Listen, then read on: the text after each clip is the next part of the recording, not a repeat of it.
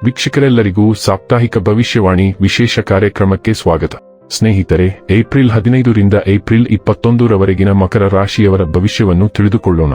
ಈ ವಾರ ಮಕರ ರಾಶಿಯವರ ಫಲಾಫಲಗಳೇನು, ಗ್ರಹಗತಿಗಳು ಹೇಗಿರಲಿವೆ, ಕೌಟುಂಬಿಕ ಸಾಮಾಜಿಕ ಜೀವನ ಹಾಗೂ ವ್ಯಾಪಾರ ವಹಿವಾಟು ಹೇಗೆ ನಡೆಯಲಿದೆ, ಅಲ್ಲದೆ ಯಾವೆಲ್ಲ ಸಮಸ್ಯೆಗಳು ನಿಮ್ಮನ್ನು ಈ ಸಾಪ್ತಾಹಿಕದಲ್ಲಿ ಕಾಡಲಿವೆ, ಅವುಗಳಿಗೆ ಪರಿಹಾರಗಳೇನು ಎಂಬುದನ್ನು ತಿಳಿಯಲು ಈ ವಿಡಿಯೋವನ್ನು ಸಂಪೂರ್ಣವಾಗಿ ವೀಕ್ಷಿಸಿ.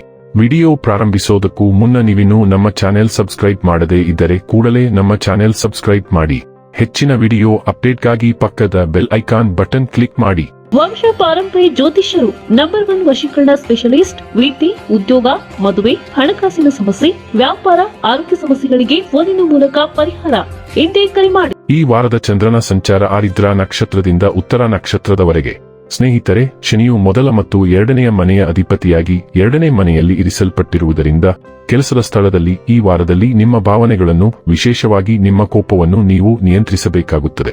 ಏಕೆಂದರೆ ನೀವು ಸಹೋದ್ಯೋಗಿಯಿಂದ ಮೋಸ ಹೋಗಬಹುದು ಮತ್ತು ಈ ಕಾರಣದಿಂದಾಗಿ ನೀವು ಅವರೊಂದಿಗೆ ಜಗಳವಾಡಬಹುದು. ಪರಿಣಾಮವಾಗಿ ನಿಮ್ಮ ಇಮೇಜ್ ಹಾನಿಗೊಳಗಾಗುವುದಲ್ಲದೆ ನಿಮ್ಮ ಭಾವನೆಗಳನ್ನು ನಿಯಂತ್ರಿಸದೆ ನೀವು ಅವರೊಂದಿಗೆ ಒರಟು ಭಾಷೆಯನ್ನು ಸಹ ಬಳಸಬಹುದು. ಇತರ ವಸ್ತುಗಳನ್ನು ಖರೀದಿಸುವ ಮೊದಲು ನಿಮ್ಮ ಬಳಿ ಇರುವ ವಸ್ತುಗಳನ್ನು ನೀವು ಬಳಸಬೇಕು. ನೀವು ಈಗಾಗಲೇ ಹೊಂದಿರುವ ಅದೇ ಐಟಂ ಅನ್ನು ನೀವು ಖರೀದಿಸುವ ಸಾಧ್ಯತೆಗಳಿವೆ. ಈ ವಾರ ನೀವು ನಿಮ್ಮ ಕುಟುಂಬದೊಂದಿಗೆ ಸಮಯ ಕಳೆಯುವಿರಿ. ಈ ಸಮಯದಲ್ಲಿ ಮನೆಯ ಮಕ್ಕಳು ಓದುವುದಕ್ಕಿಂತ ಕ್ರೀಡೆಯಲ್ಲಿಯೇ ಹೆಚ್ಚು ಕಾಲ ಕಳೆಯುತ್ತಿದ್ದಾರೆ ಎಂಬುದು ನಿಮ್ಮ ಅರಿವಿಗೆ ಬರುತ್ತದೆ. ಈ ಕಾರಣದಿಂದಾಗಿ ನೀವು ನಿರಾಶೆಗೊಳ್ಳುವಿರಿ ಮತ್ತು ನೀವು ಅವರಿಗೆ ಕೆಲವು ಕಟ್ಟುನಿಟ್ಟಾದ ನಿಯಮಗಳನ್ನು ಮಾಡಬಹುದು.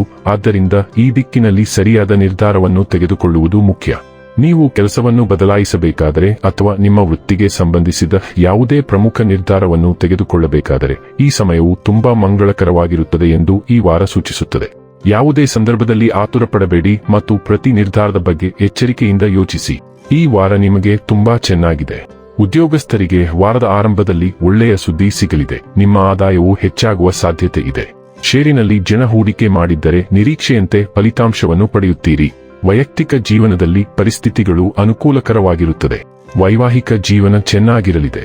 ನಿಮ್ಮ ಆರ್ಥಿಕ ಸ್ಥಿತಿಯು ಬಲವಾಗಿರುತ್ತದೆ. ನಿಮ್ಮ ಆದಾಯವನ್ನು ಹೆಚ್ಚಿಸುವ ನಿಮ್ಮ ಪ್ರಯತ್ನಗಳು ಯಶಸ್ವಿಯಾಗುತ್ತವೆ. ನಿಮ್ಮ ಆರೋಗ್ಯ ಚೆನ್ನಾಗಿರಲಿದೆ.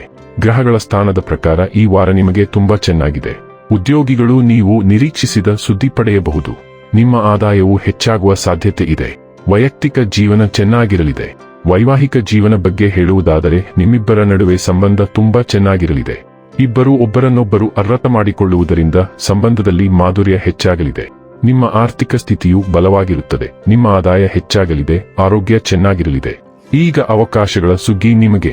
ಎಲ್ಲೆಲ್ಲೂ ನಲಿವನ್ನು, ಹಸಿರನ್ನು ಕಾಣುತ್ತೀರಿ. ಮನಸ್ಸಿಗೆ ಉಲ್ಲಾಸ, ಧೈರ್ಯ ಇದೆ. ನಿಮ್ಮ ಕಷ್ಟ ಸಂಕಟಗಳು ಮುಕ್ತಾಯವಾಗುತ್ತಿದೆ. ನಿಮ್ಮ ಯೋಜನೆಗಳನ್ನು ಅನುಷ್ಠಾನಕ್ಕೆ ತರಲು ಧೈರ್ಯದಿಂದ ಮುನ್ನುಗ್ಗುವ ಶಕ್ತಿ ರಾಹು ಕೊಡುತ್ತಾನೆ. ಅಭಿವೃದ್ಧಿಗೆ ಇರುವ ಅಡೆತಡೆಗಳನ್ನು ಗುರು ನಿವಾರಿಸುತ್ತಾನೆ. ಶನಿ ಹಣದ ಹರಿವು ಉತ್ತಮಪಡಿಸುತ್ತಾನೆ. ಇಷ್ಟು ದಿನ ನಡೆದ ಅಲ್ಲ, ಮುಂದಿನ ಸಮಯ ಬಹಳ ಚೆನ್ನಾಗಿದೆ. ಧೈರ್ಯ, ಉತ್ಸಾಹ ಇರಲಿ.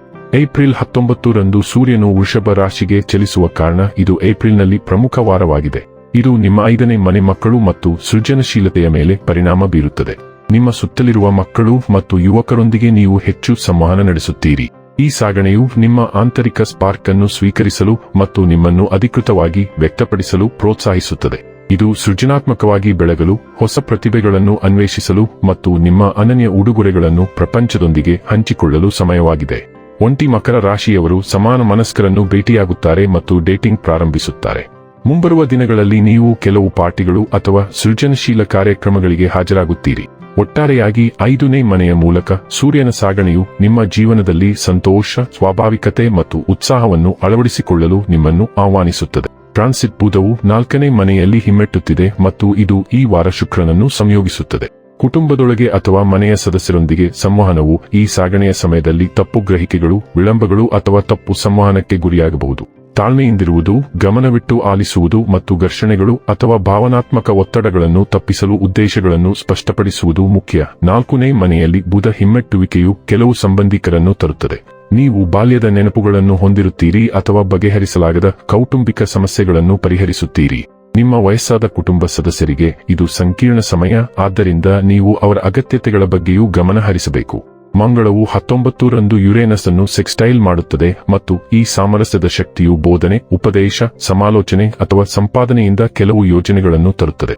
ಈ ಸಮಯದಲ್ಲಿ ನಿಮ್ಮ ಆಲೋಚನೆಗಳು ಮತ್ತು ಅಭಿಪ್ರಾಯಗಳನ್ನು ಹೆಚ್ಚು ದೃಢವಾಗಿ ವ್ಯಕ್ತಪಡಿಸಲು ನೀವು ಒತ್ತಾಯಿಸಬಹುದು. ಇದು ಉತ್ಸಾಹಭರಿತ ಚರ್ಚೆಗಳು ಮತ್ತು ಚರ್ಚೆಗಳಿಗೆ ಕಾರಣವಾಗುತ್ತದೆ. ತಂಡದ ಚರ್ಚೆಗಳು ಮತ್ತು ನೆಟ್ವರ್ಕಿಂಗ್ ಸಭೆಗಳು ಸಹ ಇರುತ್ತವೆ. ಸ್ಥಳೀಯ ಸಮುದಾಯವನ್ನು ಅನ್ವೇಷಿಸಲು ಇದು ಸಮಯವಾಗಿದೆ. ಆದ್ದರಿಂದ ನೀವು ಕೆಲವು ಸಣ್ಣ ಪ್ರವಾಸಗಳಿಗೆ ಹೊರಡುತ್ತೀರಿ. ಬಹುಕಾರ್ಯಕವಿರುತ್ತದೆ, ಆದ್ದರಿಂದ ನೀವು ಕೆಲವೊಮ್ಮೆ ಗೊಂದಲಕ್ಕೊಳಗಾಗಬಹುದು ಅಥವಾ ಕಳೆದು ಹೋಗಬಹುದು. ಆದ್ದರಿಂದ ಕಟ್ಟುನಿಟ್ಟಾದ ಯೋಜನೆಯನ್ನು ಅನುಸರಿಸಿ. ಕುತ್ತಿಗೆಯಿಂದ ಭುಜದ ಪ್ರದೇಶವು ತುಂಬಾ ಸೂಕ್ಷ್ಮವಾಗಿರುತ್ತದೆ. ಈ ವಾರದ ಅದೃಷ್ಟ ಬಣ್ಣ ಪೀಚ್. ಈ ವಾರದ ಅದೃಷ್ಟ ಸಂಖ್ಯೆ 8. ಈ ವಾರದ ಅದೃಷ್ಟದ ದಿನ ಗುರುವಾರ. ಇನ್ನು ಕೊನೆಯದಾಗಿ ಮಾಡಿಕೊಳ್ಳಬೇಕಾದ ಉಪಾಯಗಳ ಕುರಿತು ನೋಡುವುದಾದರೆ, ಶನಿವಾರದಂದು ಅಂಗವಿಕಲರಿಗೆ ಮೊಸರನ್ನ ದಾನ ಮಾಡಿ. ವೀಕ್ಷಕರೇ, ಇದಾಗಿತ್ತು ಮಕರ ರಾಶಿಯ ಜಾತಕದವರ ಏಪ್ರಿಲ್ 15 ರಿಂದ ಏಪ್ರಿಲ್ 21 ರವರೆಗಿನ ಫಲದ ಮಾಹಿತಿ ಇಷ್ಟವಾದರೆ ವಿಡಿಯೋವನ್ನು ಲೈಕ್ ಮತ್ತು ಶೇರ್ ಮಾಡಿ. ಹಾಗೆ ಚಾನೆಲ್ ಸಬ್ಸ್ಕ್ರೈಬ್ ಮಾಡುವುದರ ಜೊತೆಗೆ ನಿರಂತರ ವಿಡಿಯೋ ಅಪ್ಡೇಟ್ಸ್ಗಳಿಗಾಗಿ ಪಕ್ಕದ ಬೆಲ್ ಐಕಾನ್ ಕ್ಲಿಕ್ ಮಾಡಿ.